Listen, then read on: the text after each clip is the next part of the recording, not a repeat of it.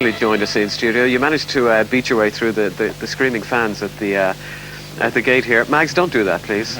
Leave our set alone, will you? Just don't give it away, okay? This is supposed to be a big illusion in here. Now you've just shattered it all. Anyhow, Paul, Belfast has a reputation for being a great place to go to. They always make people feel very welcome up there. I trust they lived up to it last night, did they? Sure did, yeah. It was a good crowd. It was crazy. It was great. Fantastic.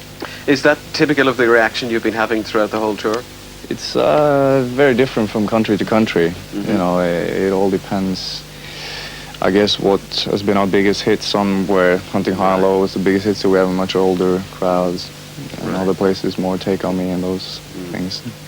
Let's go back. Let's go back a little bit, back to the early days. I know that Paul, yourself and Mags were in a band together, playing away. Where did Morton come into the whole thing?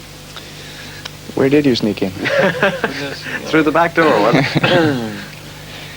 No, we had a band called Bridges, which we've been, you know, rehearsing from we were 12. And I think Morton knew about us for quite a long time. And we always had a plan that we wanted to go to England, get a recording contract, and just as we were about to leave, the other two members of Bridges didn't want to go, so we had some open positions. So Martin, you filled that slot? Yeah, I became a drummer and a bass player on the spot. Multi-instrumentalist. So why was it important for you to go to England at that time? Why not stay in Norway? I don't think any of us ever planned to have a career as such in Norway. We wanted to. I mean, we knew we would get that anyway if we made it abroad, and that was really. London was actually the main target really for us, I think. But at the same time, it's not really the place that makes a difference. But if you feel very strongly, you got to go with your instincts, and our instincts was to go to England. So I have no doubt we would have made it if we'd gone to France, Germany, or wherever, but it's just that was the focal point for us as a band. A lot of groups in this country feel that Ireland is too small to make it in a big way. I mean, you could comfortably make a reasonable living touring around the circuit here, but you'll never reach the stardom that you guys have reached. Did you feel that was the same with Norway, that you had to go to London and you had to get to where the mecca of music was? Well, that's really the idea. You think like that, at least when you don't know. I mean, later on you learn to know that you can really make it anywhere as a starting point. But you don't. There's a great excitement about London. At least you feel that abroad. I mean, you go to any country in Europe and whoever, any artist you talk to, they would love to make it in London. I mean, as a starting point, or have that as a base.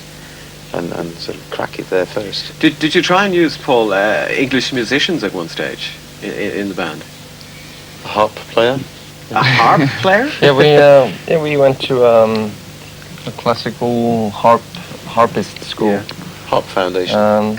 Don't ask us how we ended up there, but we found somebody who in the end wanted more to be a guitar hero, so we outed him. Right. Harp hero. A harp hero. So how many other members in the band do you have when you're on stage? Is it just the three of you, or do you bring in some extra musicians? Yeah. It's 7 It's a altogether. drummer and a bass player, and a keyboard and a percussion player. And are they all Norwegian, or did you draft in people from all over the place?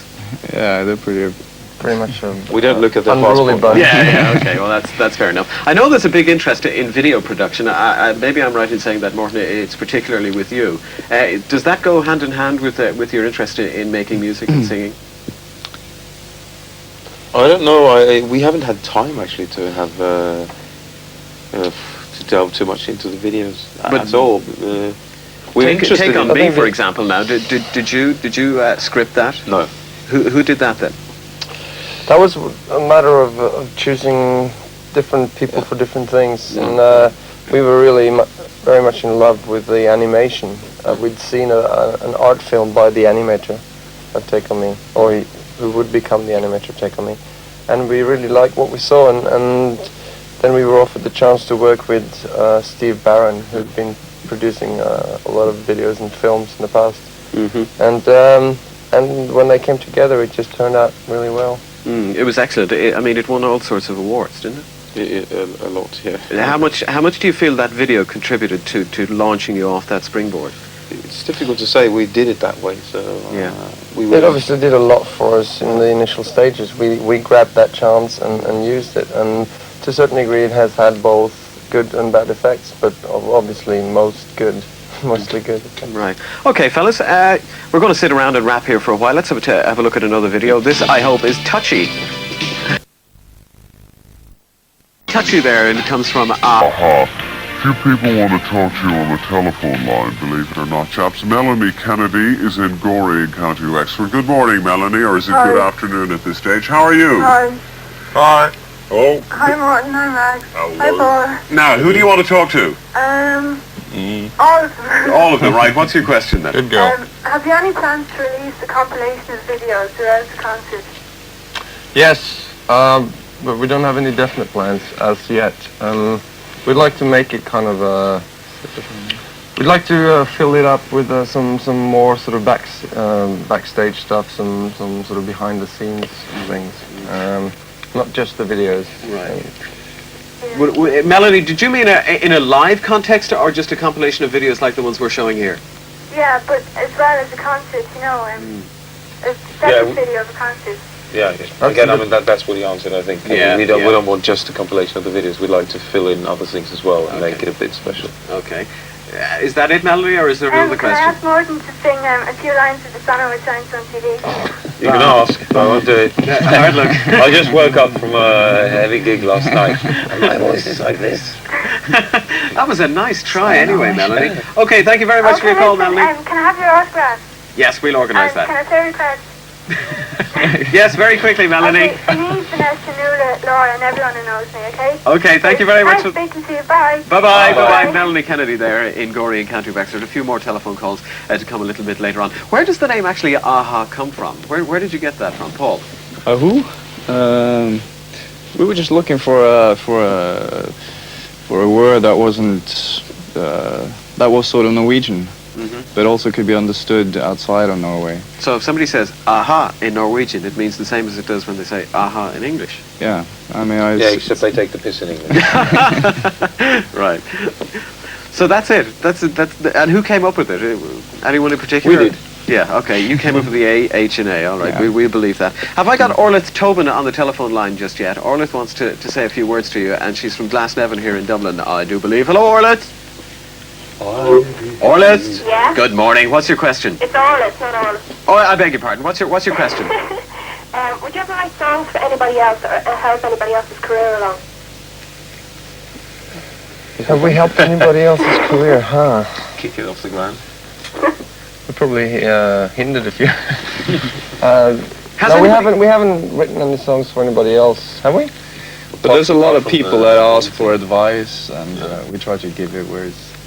The thing is, know anything. yeah, the thing is that it's really hard to give advice because you really got to feel your own way. It's not something you can say, do this, because that will work, because everything works differently every time. And you have to really be strong enough to build your own career, really. Otherwise, you know, you will be relying on someone else all the time. And at least as a band, I would feel that way. Of course, when you write a good song, it's important to hang on to it for yourselves. I mean, you don't want to go giving away too many of these songs if they're going to be giving other people hits.